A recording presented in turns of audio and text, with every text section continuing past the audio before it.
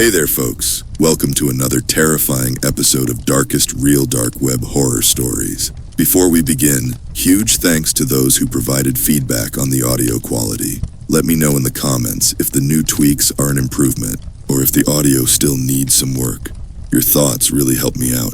If you're enjoying these narration videos so far, it would mean a lot if you could hit the like button on this one. And if you're new here, don't forget to subscribe and click the notification bell. That way you'll never miss out whenever I upload a new dark web terror tale. Getting likes, comments, and new subscribers seriously motivates me to keep finding and narrating the darkest, most messed up stories from the underbelly of the internet. With your support, I can take this channel to even crazier places. Alright, let's not keep those digital demons waiting any longer. Get ready for some truly wild, dark web horror. What do you do when there is nothing else left? I was a college graduate who, 2 years after collecting my certificate, was still unemployed. There was a gaping blank on my resume. Add to that the fact that my debts were out of control, and it's fair to say I was a mess, and growing ever more desperate. So what was I doing about this?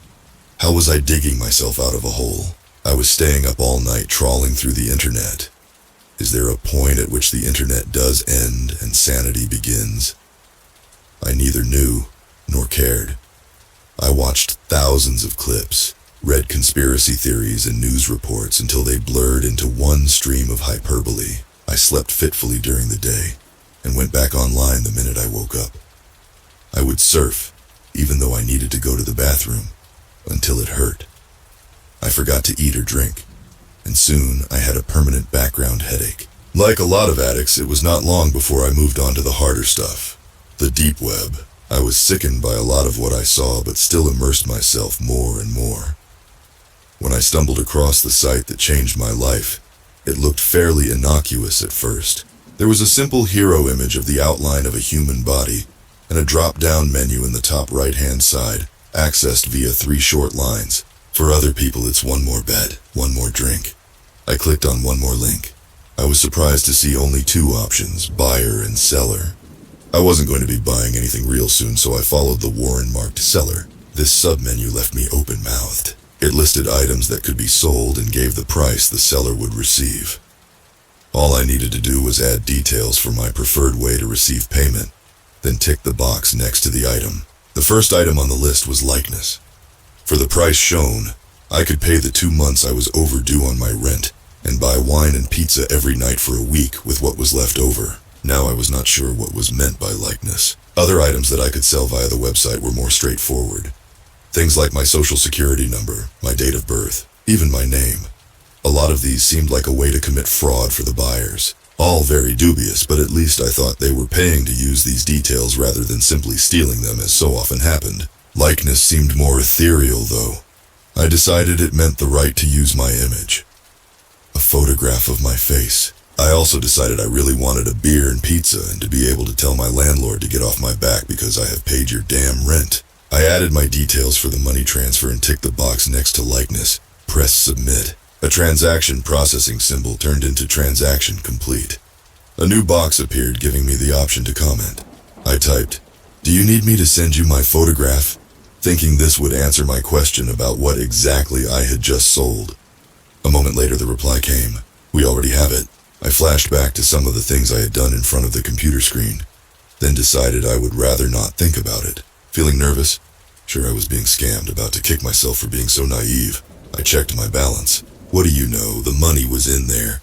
I went back to the good old innocent web and ordered the largest, most overloaded pizza I could think of, then began to add sides. It took 2 weeks for me to blow the money from selling my likeness. I had had a great time without leaving my apartment, and I had paid no rent. Not to worry, I told myself, and returned to the deep web and my new favorite website. This time I hovered over fingerprints. 30 seconds considering, flagged a dozen dodgy things this could lead to. But it was the money I would make that made me think. Whatever. I ticked and submitted. This time, 10 small boxes appeared on screen with an instruction for me to place the ends of my fingers in them, which I did, and within seconds the transaction was complete. And within minutes I could see that I was once again flush. Problem's over. I could pay my rent and enough off a credit card to make that bank back off. In the comment box, I typed, "Thank you." The reply was almost immediate. "You are welcome." Now, I don't know if anyone reading this is a gambler, but I guess if they are, they would not by now have put money on me spending the money wisely. And they would be right. This time, I told myself another couple of weeks later, I would get my act in gear. I spent significant time going through the items I could sell and created a spreadsheet with how much I owed, so I knew the amount I needed to earn with this one final sale of part of me. I had decided, you see, that this had to be the last time.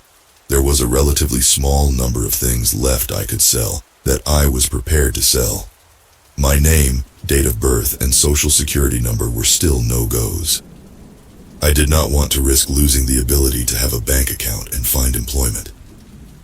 A history of being a disaster did not mean, in my mind, that I always would be. So one final sale it was, then clear my debts and find a job. I ticked the box next to sell body part. From the next list, ticked kidney. I was close to hyperventilating when I pressed submit. Close to tears not long afterwards when I checked my balance. I felt a huge pressure being lifted. With this money, I could finally get my life back on track. The comment box already had text in it. I had been too worked up to read it, so I took a deep breath and did. It was an 8-digit reference number, an address and a time later that day. An appointment for me to have my kidney removed, I figured. I considered not going. I already had the money, so why bother? Then I thought back to the message telling me they already had my photograph. Whoever ran the website probably knew where I lived as well, or could easily find out. It was not rocket science to work out that they were probably bad people, criminals, some kind of gang, not people to cross or mess with. I felt sick as I left the apartment at the prospect of having an operation, but also elated at the amazing things lying ahead for me. I just needed to get this over with. The address turned out to be a nondescript building on the outskirts of town. The windows were all shuttered, and there was no signage. Just the human outline I recognized from the website. A keypad was fixed into the wall next to a sturdy-looking door. Not sure what else to do, I entered my reference number. The door slid open with a sigh. My stomach doing backflips. I stepped inside. I could hear the drone of an air conditioner, but still suddenly felt very hot. Nerves, I told myself. Totally natural. I seemed to be in some kind of reception area, but it was deserted. Scratch that. A man appeared. He was wearing a white overall and mask and safety glasses. He may or may not have been smiling when he said, "Welcome, let's get you prepped." I followed him along a long corridor. The walls were blank, whitewashed, and the smell of antiseptic was growing stronger. Eventually, he turned off into a small, windowless room. I hesitated on the threshold. There was a raised table, fluorescent strips overhead, a stack of equipment next to the bed. Medical, I guessed, though I had no idea. "Please," the man said and gestured that I should come in. I smiled weakly and did. He gave me a robe to put on and turned to do something to the equipment while I got changed. I assumed I needed to lie on the table. And when he looked around from whatever it was he had been doing and saw me, he said, "Good." Made me feel like a dog rolling over and playing dead, but I kept this to myself. I did, though, have some questions. "Is this safe?" I asked. "Perfectly," he replied without missing a beat. I wasn't sure. I felt hot to the point where I thought I was going to faint, and the lighting overhead was flickering, making pain start to flower above my eyes. "I'm not sure I want to go ahead with this," I said. "There is nothing to be concerned about," he replied, and before I realized what was happening, had nicked the skin of my neck with a needle. I immediately felt an unpleasant tingling sensation and a numbness began to spread up into my face. He picked up a tablet computer that was resting among the equipment and studied it for a moment before turning back to look at me and asking, "Now, which eye would you like to keep?" "What?" I exclaimed, or tried to because my lips were numb and the word came out slurred. "What are you talking about?" I managed. "I sold one of my kidneys, not my eyes."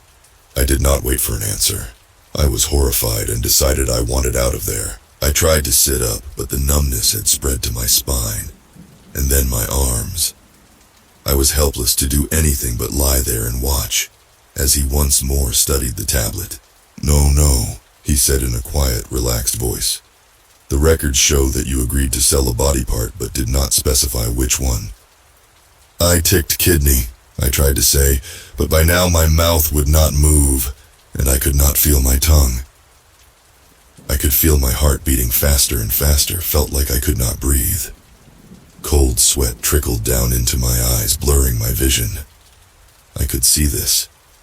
I could not feel it. I wanted to scream, wanted to cry out in terror, but my jaws were locked, my limbs useless. All I could do was watch as the scalpel came into view, and as he lowered it slowly towards my left eye.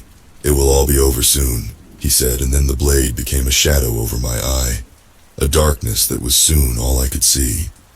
That was then.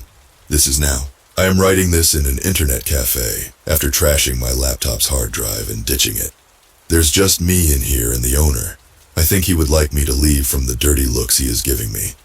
But before I head off, I have one more thing to do. I have enough money to buy a coach ticket and go a long way from here, away from everything and everyone I have ever known. I have just logged onto the site and found what I am looking for in the seller menu. Name, date of birth, social security number. I tick sell on all three, enter the details in the boxes that pop up, press submit, and moments later the money is in my account. I have been withdrawing as much cash I can daily, and after I go across the road to the ATM and withdraw the latest amount, I will snap my card in half and throw it away. This will be a fresh start. The past wiped clean, left behind. I'm going to stop writing now and go. It's time to log off for good and make my escape. Only, the screen has changed, the comment box has opened up, and a new message has appeared. We like and follow you. I feel tears begin to flow from the eye they did not take.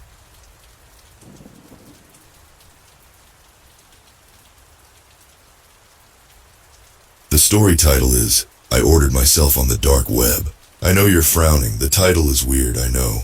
But, if you could just give me a moment, I'll explain. I'll have to be fast though, I don't know how close they are. Essentially, I ordered myself on the dark web. I'm a drug user, I'll admit it.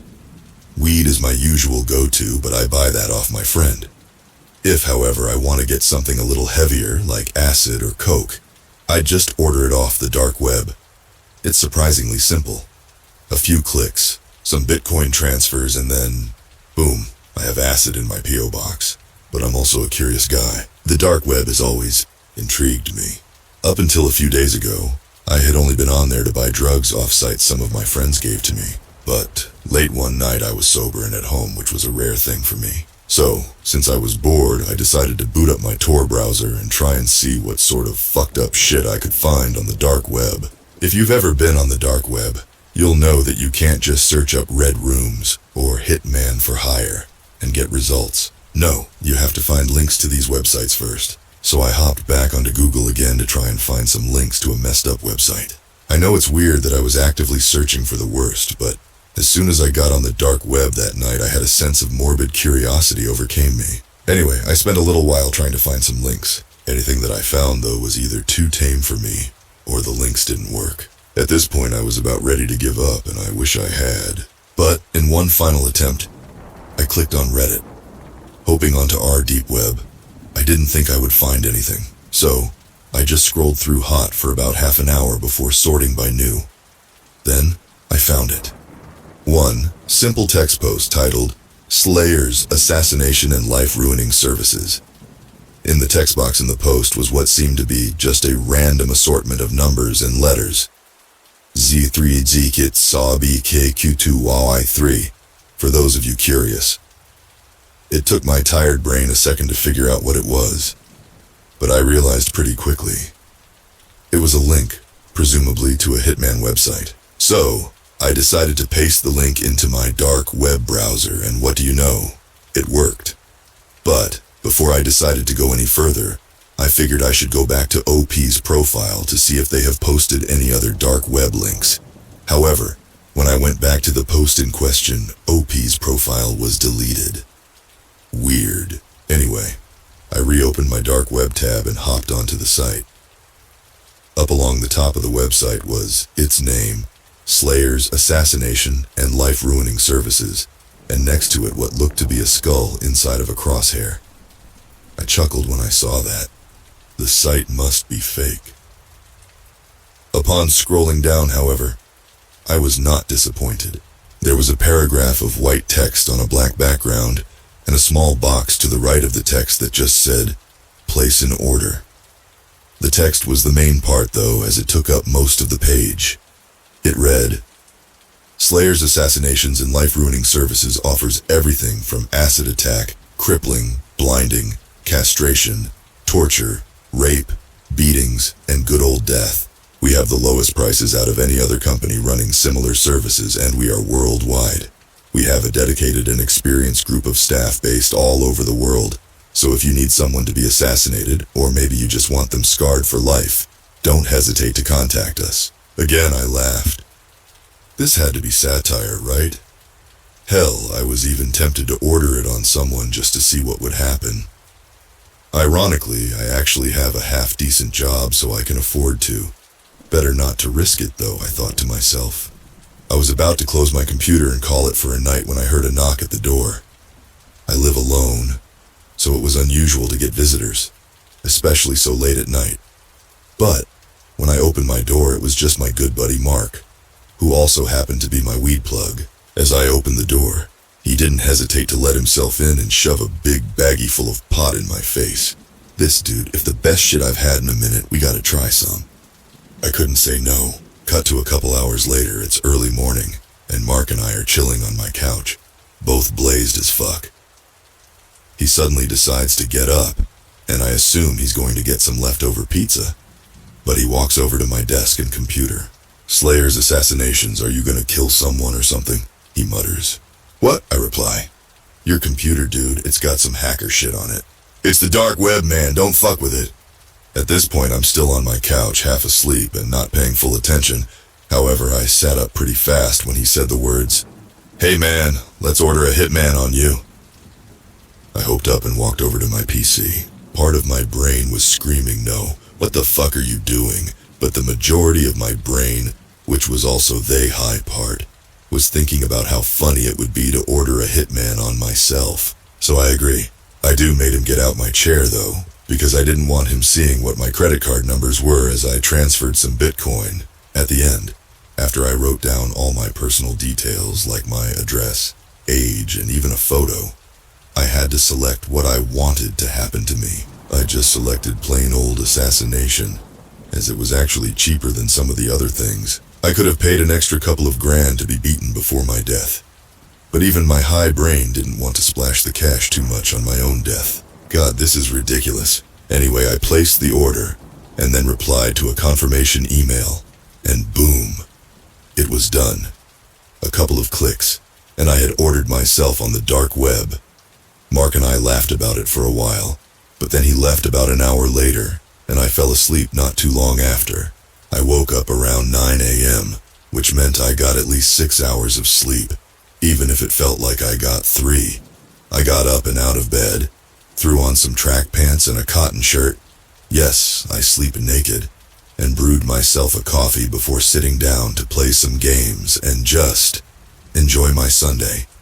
You can imagine how shocked I was when I saw that I had ordered my death the previous night. Even though I thought the site was bullshit, I still felt a pit open up in my stomach. Even when I'm high, I usually can make sensible decisions. I chuckled, not like I could remember it anyway, but I guess Mark's new shit really was good. I would assume a normal human being would do something else, but I was still kind of out of it from the night before, so I just carried on with my day. I was a little more paranoid, sure, but as I said, I just assumed it was bullshit. I even laughed at the email I got from the website saying that their hitman has been dispatched and was on its way. It was like ordering a package of Amazon. I was tempted to email back and ask for some day delivery, but I didn't need to ask because that's exactly what I got. I didn't see it arrive, but around the time I started to cook myself a shitty dinner, I noticed a blacked out sedan parked on the other side of the road from my house. I didn't live in a rural area, but there is a lot of trees and bushes between each of the houses on my street, so I would be surprised if any other house saw the car except for mine. At this point I was freaking out. What if the site was real? Even though I'm a big guy, I was freaking out. I don't own any weapons, aside from a slightly larger than average kitchen knife. Fuck it, I'm confronting it, I decided. I put on a hoodie and slid the knife into the front pocket before waltzing on out of my house and walking right up to the driver's side window of the vehicle. Even I was astonished at my own courage. Knocking on the window, nothing happened. It was rather anticlimactic. I was fully prepared to have to fight for my life, all because I did something really dumb while I was baked. But like I said, nothing happened. I even put my head right up to the window, as if there was a reflection, to try and get a better look to see what's inside. I could barely see what was inside of the car, but all I could make out were 2 empty seats. No one was even inside. I had got all hyped up for nothing. I decided to wait out by the car for a bit, but after half an hour or so I was hungry, and I had to go back inside to take my dinner out of the oven. I swear it was only a minute between me going inside to take my dinner out of the oven and looking back out of the window, and the car being gone. I didn't even hear it go. Guess I'm eating my dinner with all my curtains closed and doors locked, I muttered to myself. I had just started to calm down when the power shut off. It was sunny outside, and coupled with the car, I now knew that this was the real deal. I had signed my own death warrant. I ran into my upstairs bedroom and locked the door, and then hid under the bed. I couldn't all the cops. What would I say? Oh yes, hello sir. Turns out while super high I paid $5,000 for some anonymous hitman to kill me. And now he's arrived, send an officer ASAP please and thank you. So I just stayed hiding under my bed, and I still am now. I've been here for an hour now writing this. Think of this as my epitaph. I know I'm screwed. Just a minute ago I heard my back door slowly creak open. This piece of writing may seem humorous to you, the reader, but in reality as you read this, I'm under my bed praying to a God that lost all faith in me years ago to spare me, to let me go. But I know that won't happen. My bedroom door just opened and I can see a big pair of black boots.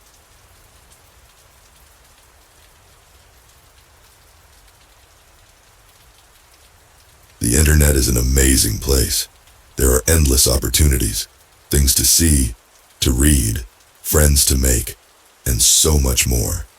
But there are bad places too. We all know that. But no one knows the true extent of the terror. The truth. I have to post this here because I don't have long, but I'll tell my story in full. You see, I'm one of those computer kids fascinated by technology. I could program the universe if you gave me enough money. I get straight A's at school, and my computer science teacher loves me. Safe to say I'm pretty skilled when it comes to the internet. My knowledge of tech and the internet has led to a certain fascination with the deep web and dark web. I managed to burrow my way in there a few years back, and I've been a habitual surfer ever since, despite common tales of snuff, rape, child porn, and all that. I've not continually seen much extreme stuff on the dark web. Instead, it seems to be a conglomeration of weirdos who want people to shit on them, and occasionally the odd pedophile. But overall, the dark web is a small part of the net, with a bunch of empty websites and links floating about in cyberspace. That is, unless you know where to look. I have, out of morbid curiosity, visited places that I perhaps shouldn't have. Once I was in chat room, bored out of my mind, and asked a bunch of other nameless, faceless dark web surfers if they knew any of the really fucked up places. The responses were disturbing. Links to websites with things I had never heard of, child porn for sale, nuclear warheads up to $100 million, live snuff films, hitmen for hire, etc. One of the users even linked to something called Daisy's Destruction, the title of which was enough to put me off. You see, for desensitized folk, and I too thought myself desensitized, this may not sound like it's overly terrible, but to actually see those things, I can imagine it destroying people. And if you don't have the technological capability of protecting yourself and your information from the bad people, as they often term themselves, you can end up in serious trouble. Not to mention the feds constantly try to catch people snooping about. It's safe to say, the dark web can be a terrible place.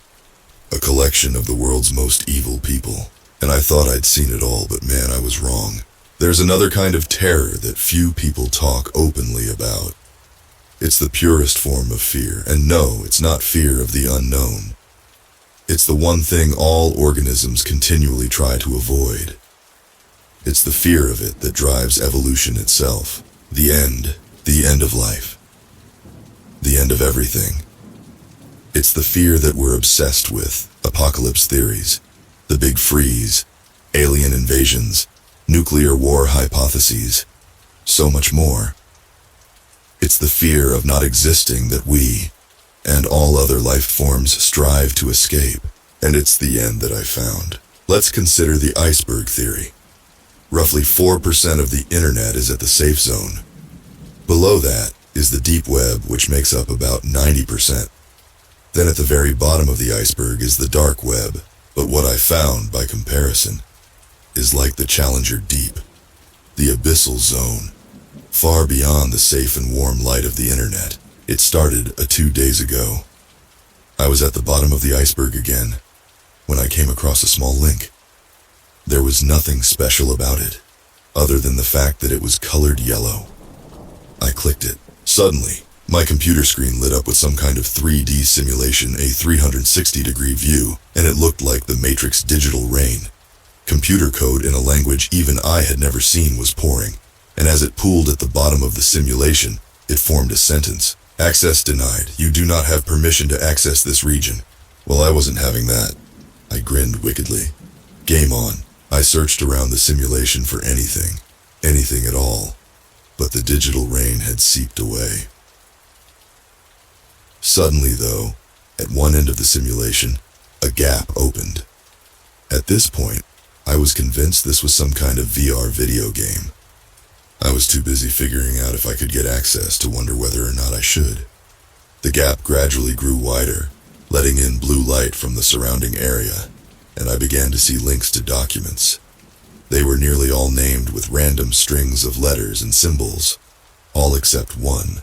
The archive. I clicked on it. It opened a document titled Earth 4.5 GA 2040 AD, and my interest was immediately captured.